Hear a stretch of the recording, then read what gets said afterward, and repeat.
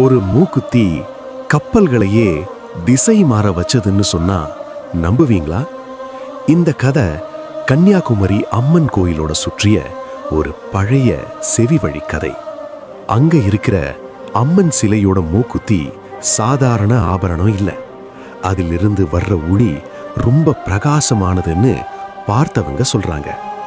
அந்த காலத்துல கடல்ல போன கப்பல்கள் இந்த ஒளிய பார்த்துட்டு கலங்கரை விளக்கம்னு தப்பா நினைச்சு கரைக்கு பக்கத்துல வந்திருக்கலாம்னு ஒரு நம்பிக்கை இருக்கு.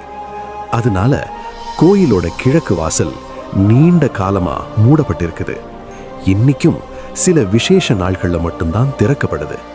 இது அறிவியலா அல்ல கடற்கரை வாழ்க்கையோட ஒரு நினைவா? ஒண்ணு நிச்சயம், கன்னியாகுமரி கடல்ல கலையும் நம்பிக்கையும் ஒன்னா சந்திக்குது. இந்த வைர மூக்குத்தி மர்மம் இது நம்மில் எத்தனை பேருக்கு தெரியும்?